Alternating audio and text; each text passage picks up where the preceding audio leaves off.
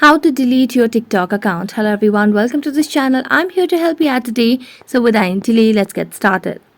Now first of all, launch the TikTok application on your device and make sure that you're logged into your account. Now as you're logged into your account, what you can simply do is tap on your profile at the bottom right corner of the screen. As you tap on profile, it will lead us to your own profile.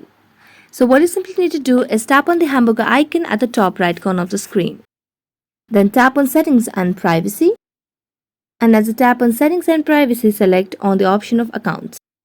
Now you can see the option of deactivate or delete account. So if you want to delete your TikTok account, simply tap on it. As you tap on it, it will take us to a new page over here. So what you simply need to do is delete account permanently.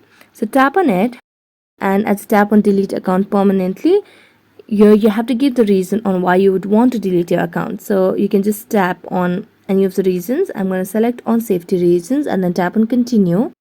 And as I tap on continue, it will take us to a new page yet again. So here you can download the TikTok data if you want to. If not, you can just tap on the options given here and continue again.